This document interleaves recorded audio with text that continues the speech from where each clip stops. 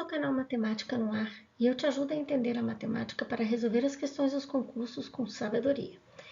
Agora nós vamos falar sobre o mínimo múltiplo comum, ou simplesmente MMC, e resolver duas questões da VUNESP. Vamos lá? O MMC ele aparece muito nas operações com fração. Era um processo, ainda é um processo muito utilizado para igualar os denominadores. Mas aqui nós vamos resolver problemas utilizando o mínimo múltiplo comum. Para a gente pensar, queria que você me dissesse qual é a sequência dos múltiplos de 2. Quais são os números que fazem parte dessa sequência?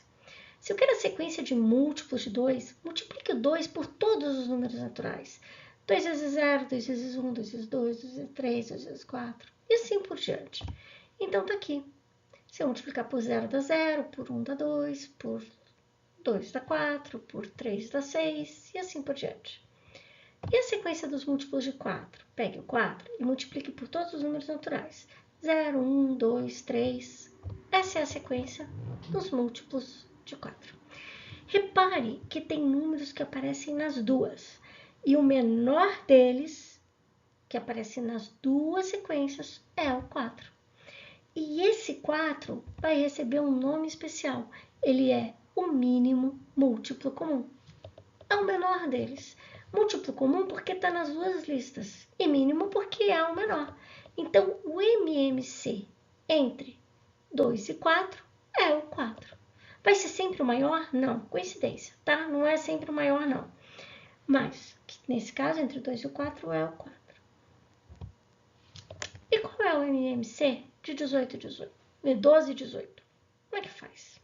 Vou ter que ficar escrevendo os múltiplos? É um caminho, por que não? O problema é se os números forem muito grandes, daí dá muito trabalho, tempo de prova, tempo para resolver a questão, daí já começa a ficar inviável. Por isso é bom saber o processo. Como que a gente faz? A gente escreve os números dados, coloca um traço e divide esses números pelos números primos. Quais são os números primos? São aqueles números que só dá para dividir por um e por ele mesmo. Então, o menor deles... nós vamos em ordem crescente. O menor deles é o 2.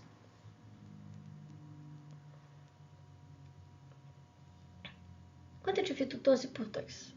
Vai dar 6. E se eu dividir 18 por 2? Vai dar 9. Ali. Agora, eu experimento dividir pelo mesmo número primo, por 2 de novo. E vai dar 3 e 9, porque o 9 eu não consigo dividir. Agora, eu não posso mais dividir por 2. Então, eu vou experimentar dividir pelo próximo número primo, que é o 3. Agora, eu divido 3 por 3 e 9 por 3. Dividir. Agora, dá para dividir de novo por 3. E vai dar 1. Ótimo. O MMC é esse produto aqui. 2 vezes 2 vezes 3 vezes 3. Então, o MMC do 18 e do 12 é 36. Ok? Esse processo é decomposição em fatores primos.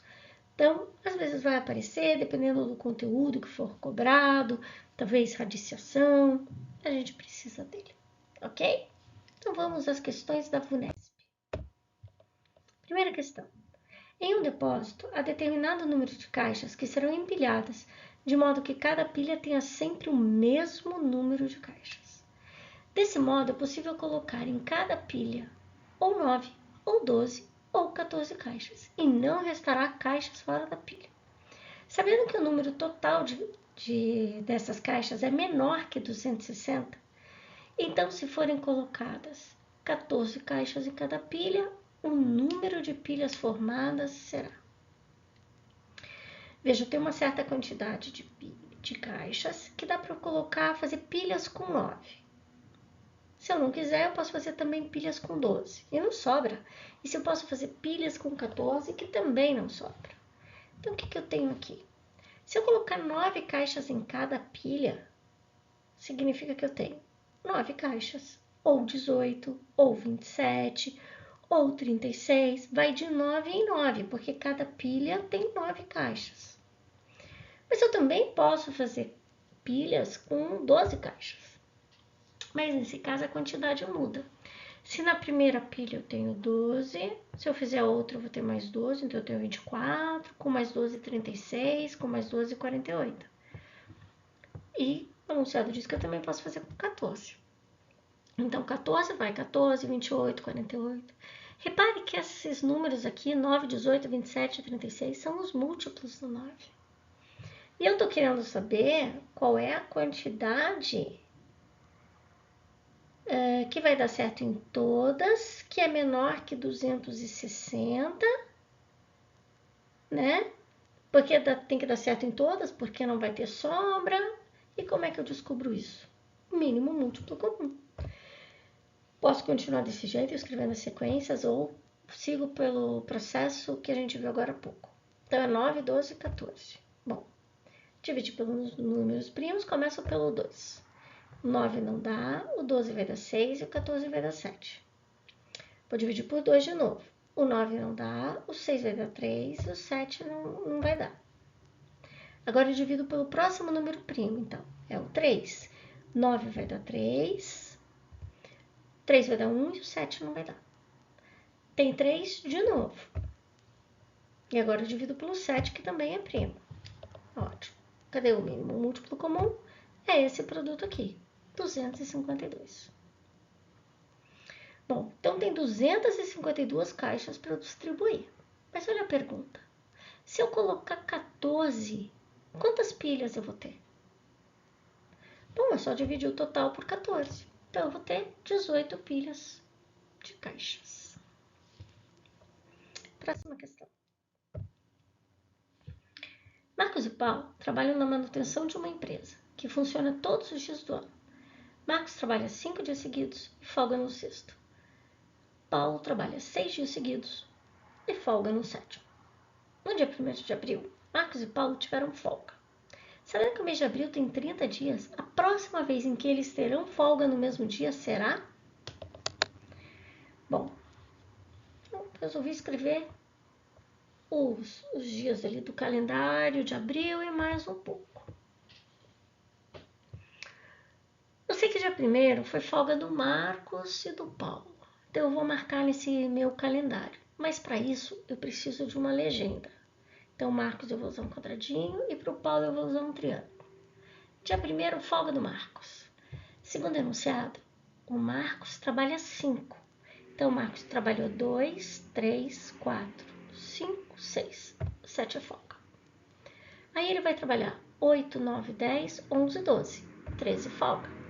Trabalha 14, 15, 16, 17, 18. 19 folga. Trabalha 20, 21, 22, 23, 24.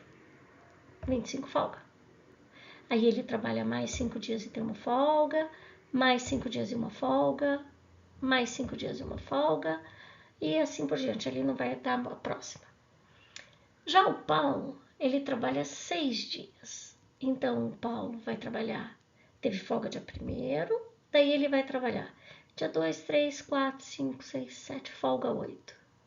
Então, agora ele trabalha mais 6 dias e tem uma folga. Aí ele trabalha 6 dias e tem uma folga no dia 22. Trabalha 6 dias e folga dia 29. Trabalha 3, 5, 6 e tem folga dia 6. Quase no mesmo dia. Então ele trabalha 3, 6 e a próxima folga, dia 13. Pronto, coincidiu. Dia 13 do próximo mês. Dia 13 de maio. Aí você pode estar se perguntando, mas esse conteúdo aqui não era sobre mínimo múltiplo comum? Sim, aqui está o segredo. Marcos tem folga de 6 em 6 dias. Já o Paulo, de 7 em 7 dias. Então, basta calcular mínimo múltiplo comum de 6 e 7. E isso vai dar 42. Então, a folga deles acontece de forma simultânea a cada 42 dias. E aí é só contar no calendário. Ok? Bons estudos!